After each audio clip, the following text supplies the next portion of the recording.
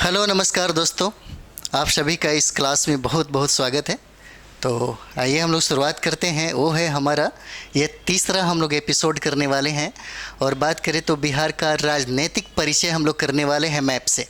ठीक है, यहाँ से प्रश्न बीपीएससी में पूछे जाते हैं और इस पे हम लोग बात करेंगे, मुख्य और प्रमुख बिंदु पे बात करेंगे। ठीक है, तो आइए हम लोग शुरुआत करते हैं। तो सबसे पहले हम लोग देखते हैं यहाँ पे बिहार का राजनीतिक परिचय जो हम लोग करने वाले हैं, इसको देखेंगे।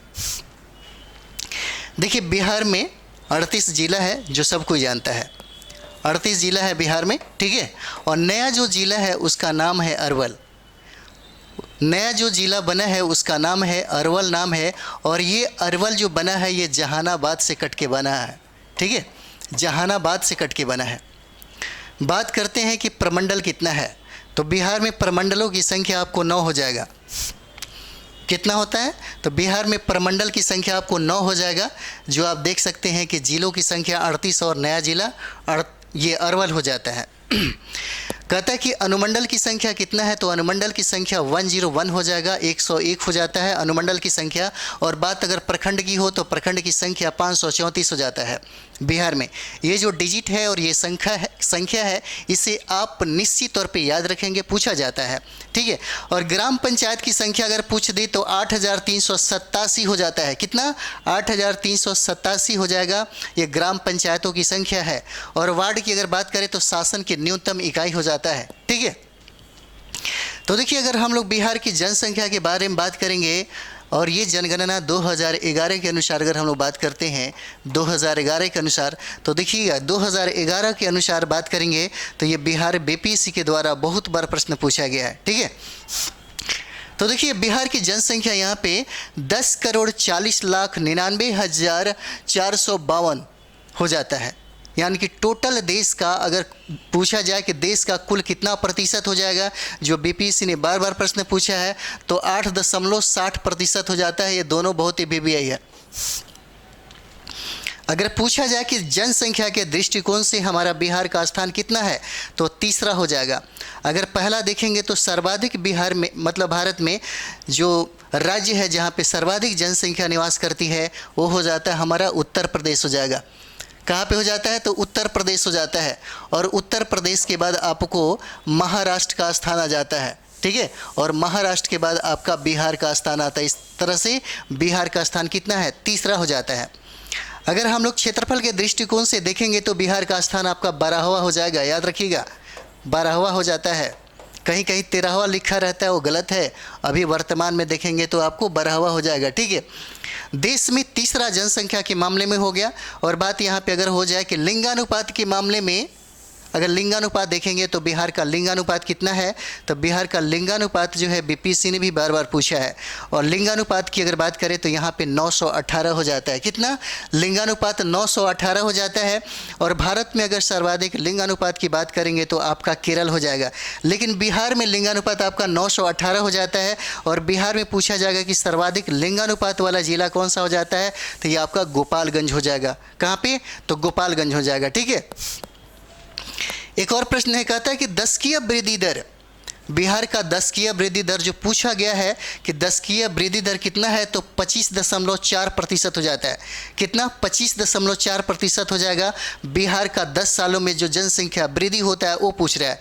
और पूछा जाएगा कि बिहार में कौन ऐसा जिला है जहाँ पे सर्वाधिक दशकीय वृद्धि दर हुआ है, तो ये जिला आपको मधेपुरा हो जाएगा। याद रखिएगा, मधेपुरा हो जाता है जहाँ पे सर्वाधिक दशकीय वृद्धि दर देखा गया है। ठीक है, कहता है कि जनसंख्या घनत्व बताइए। तो पूरे भारत में सर्वाधिक जनघनत्व आपका बिहार का ही है, 1106 हो जाता है, 1106 हो जाता है। जनघनत्व में हमारा जो राज्य है वो सबसे अव्वल है, यानी कि पहला स्थान हासिल किया है जनसंख्या घनत्व में, देश में पहला हो जाता है। अगर जनसंख्या घनत्व की बात कर दिया जाए तो सबसे ज़्यादा जनघनत्व आपके किस ज़िला में दिखेगा, तो ये आपका क्या हो जाएगा? शिवहर हो जाता है। ठीक है, तो चलिए हम लोग थोड़ा सा और आगे देख लेते हैं। इसमें ये आप देख रहे होंगे, यहाँ पे देखिए पूछा जाएगा कि बिहार का जो राजकीय फूल है क्या हो जाता है। तो देखिए राजकीय फूल की बात करें करेंगे तो ये राजकीय फूल आपको गेंदा हो जाएगा, पूछा जाता है, याद रखेंगे। अगर राजकीय पशु के बारे में पूछे कि राजकीय पशु क्या हो जाता है बिहार का, तो देखिए राजकीय जो पशु है ये आपका बैल हो जाएगा, ठीक है, बैल हो जाता है। अगर राजकीय वृक्ष की बात करें, राजकीय वृक्ष कौन हो जाता है बिहार का, तो ये आपका पीपल का वृक्ष हो जाएगा। कौन सा? पीपल हो जाता है, ठीक है। अगर राजकीय पक्षी की बात हो जाए यहाँ पे तो गौरैया हो जाता है। कौन सा? तो देखिएगा गौरैया हो जाएगा, ठीक है, गौरैया आपका हो जाता है राजकीय पक्षी। अगर राजकीय चिन्ह की बात करें तो ये देखिए बोधि वृक्ष हो जाएगा। कौन सा? तो ये देखिए बोधि वृक्ष हो जाता है। और राजकीय अगर मछली की बात कर दे तो ये आपको मांगुर हो जाएगा। कौन सा? तो मांगुर हो जाता है, राजकीय मछली आपको क्या हो जाएगा? मांगुर हो जाता है, ठीक है। अगला हम देखते हैं थोड़ा सा, अगला देखिए जो बहुत इंपॉर्टेंट है आपके लिए।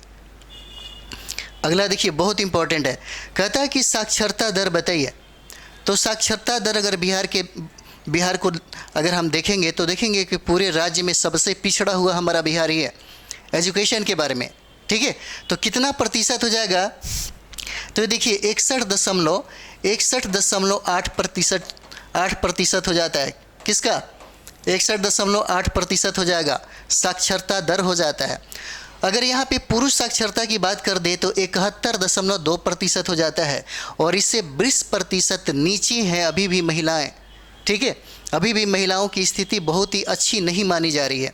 अगर बात करें हम लोग तो देखिएगा सबसे कम पढ़ी लिखी, सबसे कम साक्षरता अगर बात करें पूरे राज्यों में, बिहार मतलब पूरे भारत के राज्यों में, तो सबसे निम्न साक्षरता आपके राजस्थान की महिलाओं की हो जाती है। उसके बाद स्थान हमारे बिहार की महिलाओं की आती है, ठीक है। अगर साक्षरता दर की बात करें तो सबसे ज़्यादा साक्षरता आपको रोहतास में मिलेगा, चाहे वो पुरुष की साक्षरता हो या चाहे महिला की साक्षरता हो। और मतलब रोहतास के बाद आपका दूसरा स्थान है पटना का। पूछा जाएगा कि सबसे कम साक्षरता पुरुषों में किसका हो जाता है, तो पूर्णिया का हो जाएगा। और सबसे कम की अगर बात कर दे तो सहरसा का होता है, याद रखिएगा। अब यहाँ पे आते हैं जहाँ से प्रश्न निश्चित तौर पे पूछे जाते हैं, 100% पूछे जाते हैं, ठीक है। तो यहाँ पे देखेंगे हमारे यहाँ देखिए द्विसदनीय प्रणाली है, एक विधानसभा होता है कि एक विधान परिषद हो जाता है, ठीक है। तो हमारे यहाँ बिहार की अगर बात करें तो आपको बिहार विधानसभा भी हो जाएगा और बिहार विधान परिषद भी हो जाता है। तो संख्या पूछा जाता है कि विधानसभा सदस्यों की संख्या कितना हो जाता है, तो विधानसभा सदस्यों की संख्या 243 हो जाएगा, याद रखिएगा। विधानसभा सदस्यों की संख्या कितना हो जाएगा, तो विधानसभा सदस्यों की संख्या 243 हो जाता है, ठीक है। पूछा जाएगा कि 243 में अनुसूचित जातियों के लिए आरक्षित सीटें कितना है, तो आरक्षित सीटें अनुसूचित जातियों के लिए आपका 38 हो जाएगा। किसके लिए? एससी के लिए। पूछा जाएगा कि एसटी के लिए मतलब अनुसूचित जनजाति के लिए कितनी सीटें हैं, तो अनुसूचित जनजाति के लिए आपको 2 सीटें हैं। 2 सीटें कौन कौन हो जाता है, तो एक कटोरिया हो जाता है, दूसरा मनिहारी हो जाता है, याद रखेंगे, ठीक है। और अनुसूचित जो जाति है एससी के लिए आपको 38 सीटें इसमें आरक्षित रखा गया है, ठीक है। सीटों की संख्या विधानसभा में कितना है, 243 हो जाता है, ठीक है। बात हम लोग करते हैं विधान परिषद का। अगर यहाँ पे देखते हैं, अगर हम लोग देखते हैं विधान परिषद का, तो विधान परिषद में सीटों की संख्या आपको 75 होता है, याद रखिएगा। कितना? 75 हो जाएगा। अगर हम लोग देखेंगे कि बिहार में लोकसभा की सीटें कितना है, तो लोकसभा की सीटें अगर हम लोग देखेंगे तो यहाँ पे देखिएगा लोकसभा की सीटें आपको 40 हो जाता है, ठीक है। अगर बिहार उत्तर प्रदेश जिसको भी वोट दे दे सरकार उसी की बनती है, ठीक है। अगर बिहार उत्तर प्रदेश की बात करें तो उत्तर प्रदेश और बिहार जिसको भी टोटल का टोटल अगर वोट दे दे तो सरकार केंद्र में उसी की बनेगी, ठीक है। तो यहाँ पे अगर बात करें तो लोकसभा सीटों की संख्या आपको 40 हो जाता है। कितना? तो 40 हो जाएगा। और लोकसभा सीटों की संख्या 40 होता है और 40 सीटों में आरक्षित सीटों की संख्या 6 हो जाता है। कितना? तो देखिए 6 आरक्षित सीटें हैं। किसके लिए आरक्षित है, तो अनुसूचित जाति के लिए हो जाता है, एससी के लिए हो जाता है। सोचिए अगर पूरे भारत में सभी लोगों का जो आरक्षित सीटें अगर मिला दिया जाए तो हमेशा केंद्र में सरकार किसकी बनेगी, एससी का ही बनेगा। शेड्यूल कास्ट के लोगों का ही हमेशा प्रधानमंत्री बनने वाला है। लेकिन ये लोगों को पता है कि ये लोग कभी भी एक साथ नहीं हो सकते।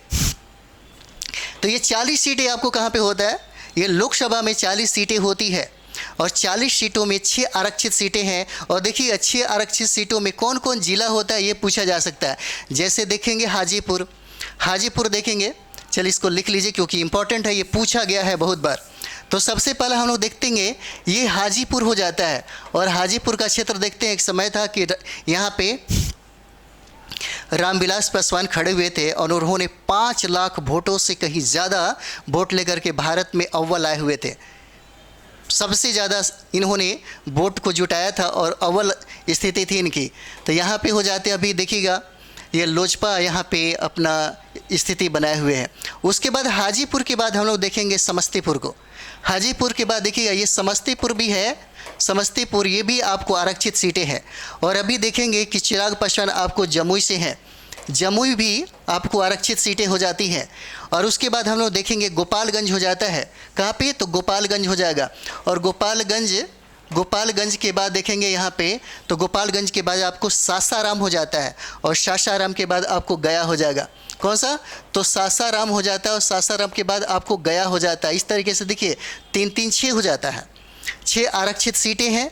लोकसभा सीटों में अनुसूचित जाति के लिए आरक्षित सीटों की संख्या कितना हो जाता है, तो आपको 6 होता है। इस जिला को याद रखिएगा, कहाँ पे, तो हाजीपुर हो जाएगा, समस्तीपुर हो जाएगा, जमुई हो जाता है, गोपालगंज, सासाराम और गया हो जाता है। ठीक है, चलिए अगला देखते हैं हम लोग। देखिए पूछा जाएगा कि बिहार में राज्यसभा के लिए सीटों की संख्या कितना हो जाता है। तो राज्यसभा में सीटों की संख्या अगर हम लोग देखेंगे तो सीटों की संख्या यहाँ पे 16 हो जाता है। कितना, तो देखिए 16 हो जाएगा सीटों की संख्या। ठीक है, राज्यसभा में सीटों की संख्या कितना हो जाता है, 16 हो जाता है। ठीक है, तो हम लोगों ने इससे समझिए कि इतना जो किए, इससे निश्चित तौर पे आपसे प्रश्न पूछे ही जाते हैं। 100% 1 या 2 सवाल निश्चित तौर पे बीपीएससी कभी कभी पूछ लेता है। ठीक है, हम लोग को अभी बहुत सारा मैप से ही एपिसोड करना है। ठीक है, तो चलिए हम लोग नेक्स्ट वीडियो में करते हैं। आप लोग अच्छे से इसको रिवाइज करेंगे और इस सेशन को थोड़ा सा ज़्यादा से ज़्यादा आप लोग बढ़ाएं, ज़्यादा से ज़्यादा आप लोग शेयर करें, लाइक कमेंट्स और सब्सक्राइब भी करें। थैंक यू वेरी मच आप सभी लोगों को।